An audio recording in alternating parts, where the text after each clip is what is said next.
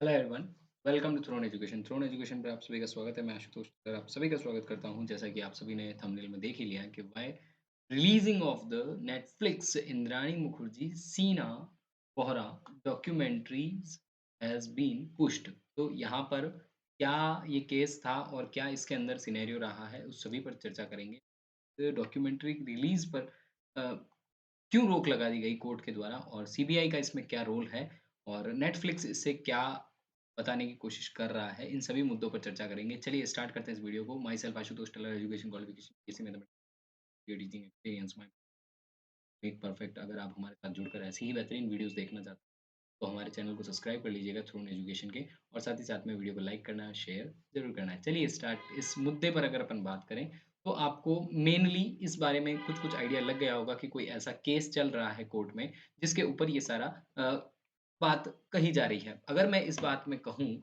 कि इसका पता कोर्ट को कब लगा? एक्चुअल में अभी क्या है कि नेटफ्लिक्स एक ओटीटी प्लेटफ़ॉर्म है। ओटीटी प्लेटफ़ॉर्म होता है कि कोई भी अ अ, एक स्ट्रीमिंग प्लेटफ़ॉर्म है जहाँ पर आप अपने एंटरटेनमेंट से रिलेटेड कोई भी मूवीज़ वग़ैरह देखने का प्रयास करते हैं, तो वो ओटीटी प्लेटफ़ॉर्म होता है। उसके ऊपर ये नेटफ्लिक्स बहुत चर्चा में है, तो नेटफ्लिक्स पर आप आई होप आपने कभी यूज़ किया ही होगा। नहीं भी किया तो नाम ज़रूर सुना होगा इस बारे में। मैं इससे कयास लगा सकता हूँ कि आपने इसका नाम सुना होगा, ठीक है? तो इसके ऊपर एक डॉक्यूमेंट्री आ रही है। वो डॉक्यूमेंट्री जो है वो 23 फरवरी को रिलीज़ होने वाली थी। उसका नाम है कि the Indrani Mukherjee story grid truth. Okay, क्या बोला गया? ग्रिड ट्रुथ नामक एक डॉक्यूमेंट्री पिक्चर आ रही थी। उसके ऊपर शीना बोहरा के लापता होने में नया खुलासा दिखाने का दावा किया गया है और ये 23 फरवरी को लोकप्रिय स्ट्रीमिंग प्लेटफ़ॉर्म जो है वो नेटफ्लिक्स उस पर रिलीज़ हो रही थी। तो ऐसी एक पोस्ट इंस्टाग्राम पर डाली गई थी। ये भी एक सोशल मीडिया नेटवर्क है। आई होप आप जानते होंगे, इससे सबसे भली भाँति परिचित होंगे। तो नेटफ्लिक्स ने ये जो ओटीटी पर आ रही थी इसको रोक दिया गया है कोर्ट के आदेश के बाद में और सीबीआई के ऑर्डर के बाद में इसे रोक दिया गया है और बॉम्बे सुप्रीम कोर्ट ने इसका ऑर्डर दिया था। तो जजमेंट के दौरान इसे रोकना गया था और इसमें मूलतः यही बात कही गई थी कि जो केस है उससे रिलेटेड लोगों के साथ में कुछ न कुछ इसमें बात जुड़ी हुई है और इस मुद्दे को यहाँ पर नहीं रखा जाना चाहिए। ठीक है? और स्ट्रीमिंग प्लेटफ़ॉर्म के ऊपर ये सारी बातें आ गई थी। अगर अपन देखें तो सबसे बड़ी बात है कि इस जाँच का मुख्य विषय क्या रहा है, अपन इस मुद्दे पर बात करें, तो केंद्रीय जाँच ब्यूरो जो सीबीआई है, उसने इस रिलीज़ पर आपत्ति जताई है। डॉक्यूमेंट्री की जाँच के लिए उसके न नतीजे और लोगों की धारणा को प्रभावित कर सकती है, ऐसा उसमें कहा गया था कि इस डॉक्यूमेंट्री में जो बात मूलतः जो बातें आ रही है, उससे क्या होगा कि जो लोग उस केस से जुड़े हुए हैं, जिन लोगों ने बयान दिए हैं, वो लोग इससे प्रभावित हो सकते हैं और जो न्यायमूर्ति हैं, उन्होंने इस बात को कहा है कि निर्माता जो भी है, उसे सीबीआई अधिकारियों के लिए एक विशेष स्ट्रीमिंग मतलब एक विशेष तरह से आपको स्ट्रीम करके इस व्यवस्था कीजिए कि शुक्रवार तक आप इसको दिखा दीजिए, है ना? तो ऐसा कुछ मामला रखा गया है। तो अब उसके अंदर डॉक्यूमेंट्री में इंद्राणी की क्या कहानी है, उसके बारे में एक छोटा-सा मैं आपको ब्रीफ कर देता हूँ, क्योंकि आप लोगों को इसके बारे में ज़्यादा नॉलेज नहीं होगी। तो डॉक्यूमेंट्री में मुख्यतः इंद्राणी मुखर्जी अपनी कहानी पेश कर रही है और शीना बोहरा जो लापता होने और उसका चौंकाने वाले परिणाम पर आधारित है कि क्या रिज़ल्ट रहेंगे, उस पर आधारित है। रिलीज़िंग की डेट जो थी वो 22 फरवरी थी। ये इंस्टाग्राम के एक पोस्ट पर लिखा गया था। कैप्शन में ऐसा लिखा गया था कि एक सनसनी घोटाला जिसने पूरे देश को हिला कर रख दिया है और इसके केंद्र में एक परिवार है, जिसे सबसे गहरा रहस्य थे, उससे शीना बोरा अ, मुखर्जी शीना बोरा का केस जो कि Indrani Mukherjee story grid truth जिसे बोला गया था, ये 24 फरवरी को रिलीज़ होने वाला था। और इसी के अंदर अगर शीना बोहरा का अपन केस के बारे में अगर कुछ छोटी-सी बात मैं अगर बताने का प्रयास करूँ, तो शीना बोरा का केस का अगर अपन मुख्य बात कहाँ से स्टार्ट होती है,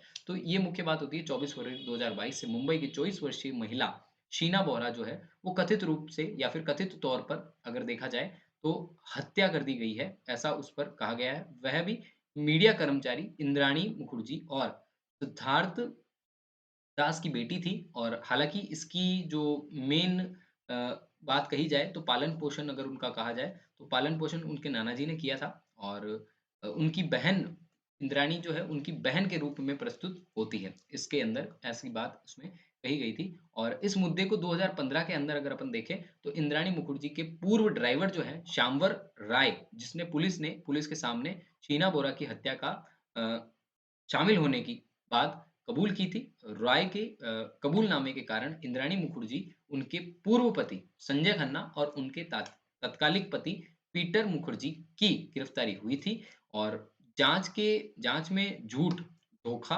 पारिवारिक गतिशीलता और जटिल जाल का पर्दाफाश हुआ है, ऐसा इसमें कहा गया और लगभग-लगभग सीबीआई के द्वारा 77 गवाहों की यहाँ पर जाँच करवाई गई थी और उसके अंदर लगभग पूछताछ के अनुसार 89 समथिंग से पूछताछ हुई थी। तो ये पूरा प्रक्रम मैंने आपको बताया और इस स्टोरी के अंदर जो अगर मूलतः अपन कहें तो धोखा और फ़रेब वो वाली बात करी गई थी। हत्या के पीछे मकसद जो था कथित तौर पर वित्तीय और व्यक्तिगत था। दोनों ही बातें हैं इसके अंदर।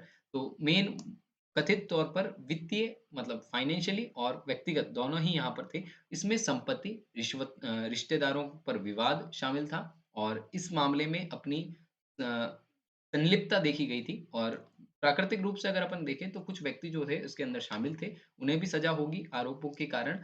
मीडिया में महत्वपूर्ण ध्यान आकर्षित किया है। इस मामले के साथ में मीडिया एक महत्वपूर्ण ध्यान आकर्षित कर रहा है और अगर मुख्य तौर पर अगर मैं देखूँ तो इस हादसे के दौरान काफ़ी कुछ आगे बढ़ चुका है, मुकदमा कई वर्षों से आगे बढ़ रहा है और कुछ नए मोड़ लेकर भी आ चुका है और इसके दरमियान काफ़ी कुछ हुआ भी है, घटा भी है और मई 2022 की बात अगर आती है, तो उसके अंदर सुप्रीम कोर्ट में इंद्राणी मुखर्जी ने यह कहते हुए ज़मानत दे दी कि वह 6 साल से अधिक समय से जेल में बंद है और मुकदमा जल्दी खत्म नहीं होगा और इस बात को देखा गया तो मुकदमा जल्द खत्म नहीं होगा और इसी के ऊपर शीर्ष अदालत ने भी यही कहा था कि अन्य आरोपियों और पीटर जैसे फरवरी 2000 से पहले ही ज़मानत दे दी गई थी। न्यायमूर्ति जो थे और न्यायमूर्ति की जो बेंच थी, पीठ थी, उन्होंने ये पारित कर दिया था कि आदेश के खिलाफ दायर विशेष अनुमति की याचिका पर यह आदेश पारित किया गया था और नवंबर 2021 के अंदर बॉम्बे हाई कोर्ट ने इसका पूरा संज्ञान लेते हुए इन बातों को रखा था और अब मैं अगर डॉक्यूमेंट्री पढ़ाऊँ, ये पूरी घटनाक्रम मैंने बताया कि क्या कुछ यहाँ पर घटा था और क्या घटनाक्रम रहा था। अगर मैं अब संज्ञान पर आऊँ, तो डॉक्यूमेंट्री सीबीआई को आपत्ति इसी बात की है कि मेन मुद्दा यही है कि किसी न किसी प्रकार से तथ्यों के साथ छेड़छाड़ करके या फिर अपने कुछ और मुद्दों को नहीं यहाँ पर रखा जा सके। तो यही इंद्राणी केस की मेन सबसे बड़ी अ, समस्या यहाँ पर आ रही थी और इसे प्री स्क्रीनिंग कराई जाएगी, ऐसा इसमें कहा गया है। मुद्दे में अब क्या-क्या सेक्शन लगे हैं, सबसे बड़ी बात सेक्शन की बात आती है क्योंकि हम पढ़ाई से रिलेटेड अगर कोई टॉपिक डिस्कस कर रहे हैं, तो उसके ऊपर आपको मुद्दा समझना होगा। सेंसरशिप के मुद्दा जो है, उसके अदालतों के द्वारा अनुच्छेद 19 एक ए के संबंध में विचार किया गया है कि जो भाषण या फिर अभिव्यक्ति की स्वतंत्रता प्रदान करता है,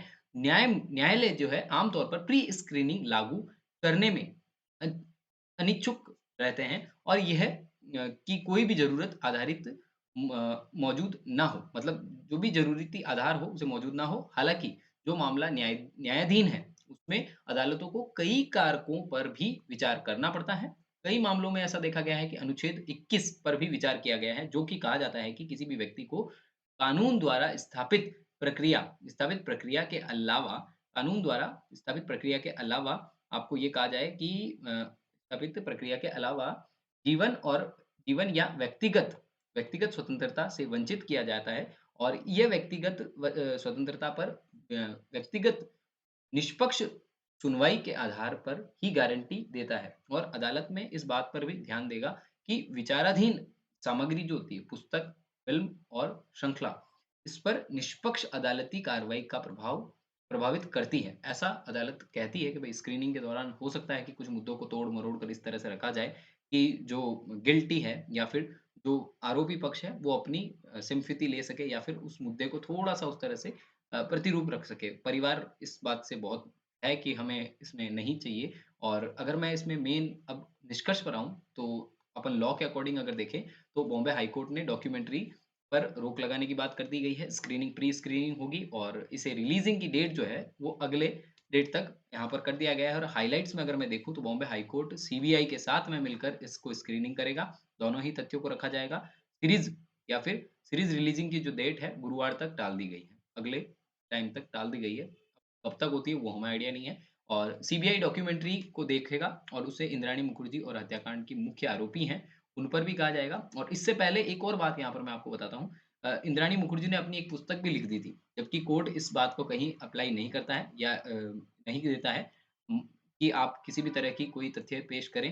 कोर्ट ने सबूतों के साथ छेड़छाड़ ना हो और पीड़िता पीड़िता जो है उसके अधिकारों का चिंता को जताया है और दूसरी बात यही है कि अदालत इन पूरे आरोपों के मुद्दे को कोई ऐसी सामग्री ना जारी की जाए जिसका अधिकार ना हो, है ना? वो भी बात है। निर्माताओं ने इस बात का भी प्रकाश डाला है कि इंद्राणी मुखर्जी पहले ही सीबीआई की आपत्ति के बिना एक किताब प्रस्तुत कर चुकी है और ये किताब के बेस पर ही ये जो डॉक्यूमेंट्री है बनाई जा रही है, तो उसको भी अपन देखें। तो सीबीआई का तर्क भी यही रखा गया है और सारी चीज़ें हमने बताई है। आई होप आपको ये सेशन अच्छा लगा होगा।